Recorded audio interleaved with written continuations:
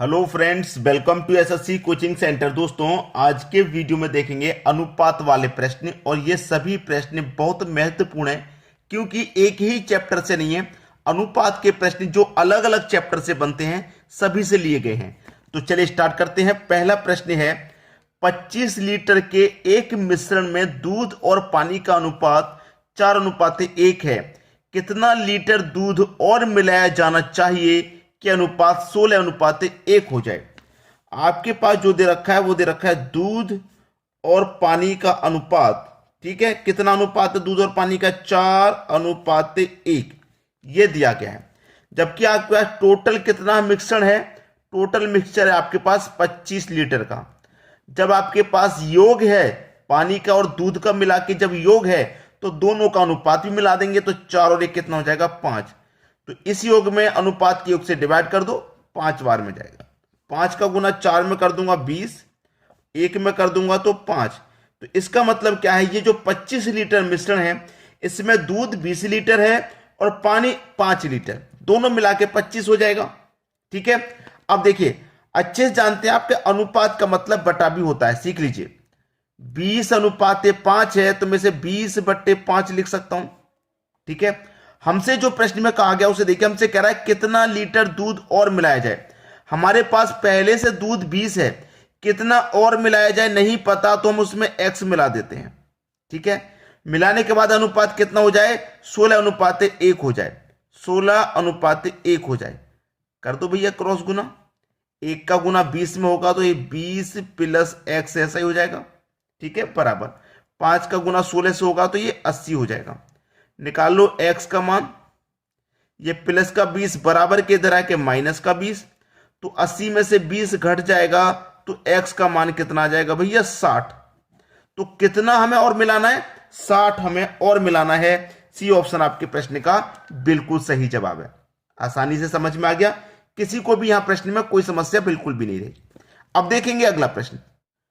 अगला प्रश्न है एक स्कूल के 504 छात्रों में लड़कियों और लड़कों का अनुपात 11:13 है। लड़की और लड़के, लड़की मतलब गर्ल, लड़का मतलब बॉय, इनका अनुपात है 11:13। ठीक है, यदि 12 और लड़कियों को प्रवेश दिया जाता है तो नया अनुपात क्या होगा? आपके पास स्कूल में टोटल छात्र कितने हैं?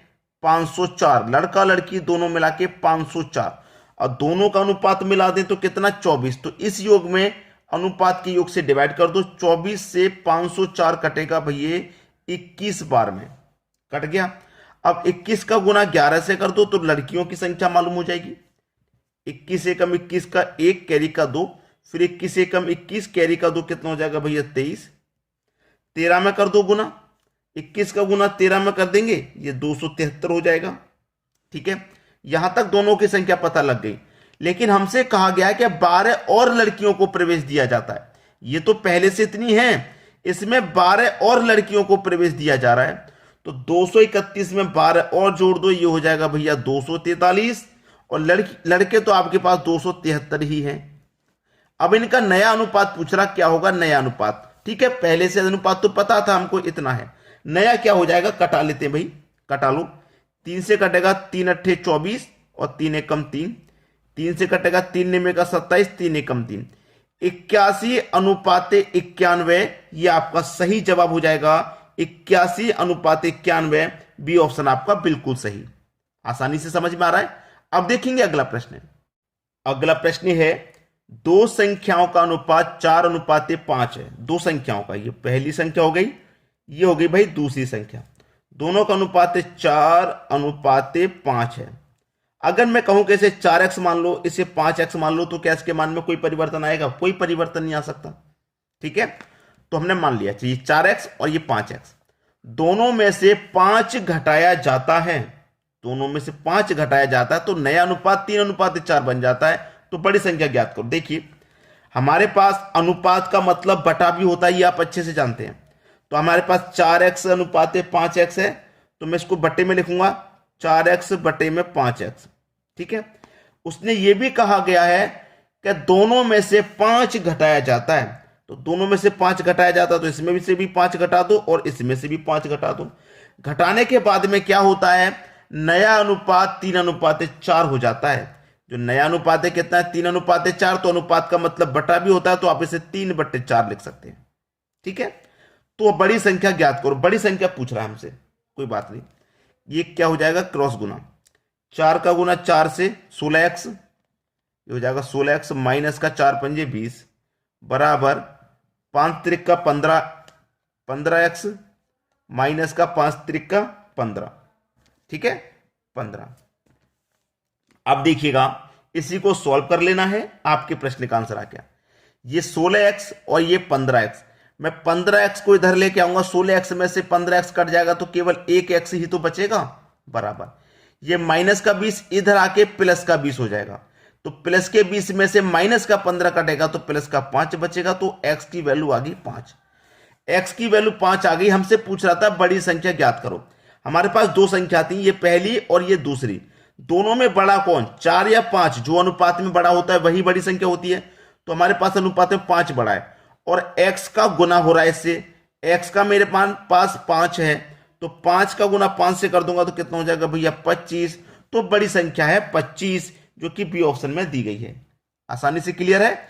अब देखेंगे अगला प्रश्न। अगला प्रश्न है, दो संख्याओं का अनुपात 3:4 है। यदि दोनों संख्याओं में से 3 घटा दिया जाए तो अनुपात 2:3 हो जाता है। तो संख्याओं का योगफल ज्ञात कीजिए। पहली संख्या ये हो गई, दूसरी संख्या अनुपात है 3:4। 3:4, तो मैंने पहले की तरह कहूं, अगर इसे 3x मान लो, इसे 4x मान लो, तो कुछ परिवर्तन आएगा, कुछ भी नहीं आ सकता। ठीक है, तो अनुपात का मतलब बटा भी होता है, तो मैं इसे 3x के बटे में 4x लिख दूं। क्या घटाने की बात कर रहा, 3 घटाने की बात कर रहा, तो दोनों में से 3 घटा दो आप। नया अनुपात कितना हो जाता है, 2:3। तो 2:3 का मतलब 2/3, क्रॉस गुना हो जाएगा। 3 त्रिक का 9x माइनस का 3 त्रिक का 9 बराबर 4 दूने का 8x माइनस 3 दूने का 6। ठीक है, ये हो गया 8x 9x। इधर 8x को इधर लाऊंगा तो 9x में से माइनस हो जाएगा, केवल एक x बचेगा। माइनस का 9 इधर आएगा तो प्लस का 9, प्लस के 9 में से माइनस का 6 जाएगा तो 3 बचेगा। x का मान आ गया भाई 3। हमसे पूछा संख्याओं का योगफल ज्ञात कीजिए। संख्याओं का योग, x का मान 3 है, 3 का गुना 4 से कर दो, 3 चौके 12, इसका मान आ गया 12। 3 त्रिक का 9, इसका मान आ गया 9। दोनों का योग पूछ रहा है, योग कर दो। 12 को और 9 को मैं जोड़ दूंगा तो योग कितना आ जाएगा भैया, 21 आ जाएगा कि नहीं। बस ये सही हो गया, सी ऑप्शन बिल्कुल सही जवाब है आपका। अब देखेंगे अगला प्रश्न। अगला प्रश्न है, एक विज्ञान पुस्तक में 5:4 के अनुपात में भौतिक और जैविक विज्ञान के 2 खेद शामिल हैं। तो 504 पृष्ठों की किताब बनाने के लिए जैविक विज्ञान के लिए कितने पेज होंगे? आपके पास भौतिक विज्ञान, ठीक है, और जैविक विज्ञान है। दोनों का अनुपात है 5:4, यही तो दिया गया 5:4। और दोनों में जो पृष्ठ शामिल हैं, दोनों में मिलाकर के 540 हैं। दोनों मिलाकर के है ना, दोनों का योग है, तो अनुपातों का भी योग कर लो, दोनों का 9 हो जाएगा। इस योग में अनुपात के योग से डिवाइड कर दो। ठीक है, 9 छिक्के 54 और 1 जो 60 बार में कट जाएगा। कटने के बाद में हमसे पूछा गया है कि जैविक विज्ञान के लिए कितने पेज होंगे। तो जैविक विज्ञान का जो अनुपात है वो 4 है, तो 60 का गुना 4 से कर दो, तो 6 चौके 24 और 1 0 आ जाएगा, मतलब 240। जैविक विज्ञान के लिए कितने पेज होंगे? 240 पेज होंगे। सी ऑप्शन आपका सही जवाब। अब देखेंगे अगला प्रश्न। अगला प्रश्न है, एक व्यक्ति 10,500 को अपने बेटे और बेटी में 11:10 के अनुपात में बांट देता है। बेटे को कितनी राशि प्राप्त हुई? यह है आपका बेटा और यह है बेटी। ठीक है, पहले बेटा है तो मैंने बेटा लिखा, बाद में बेटी है तो बेटी। हमेशा ऐसे लिखना है, जो पहले दिया गया उससे पहले। फिर 11:10 इनका अनुपात है। एक व्यक्ति के पास 10,500 रुपए हैं, जो योग है वो 10,500 का है। जब योग 10,500 का है तो अनुपातों का भी योग कर लो, 10 और 11 हो जाएगा 21। 21 से 5 बार में कटेगा 105 और 2 0 मतलब 500 बार में ये पूरी राशि कट गई।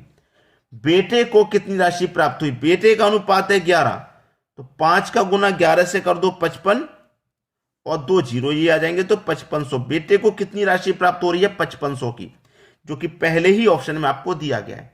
तो मैं उम्मीद करता हूं सभी प्रश्न आपको आसानी से समझ में आ गए।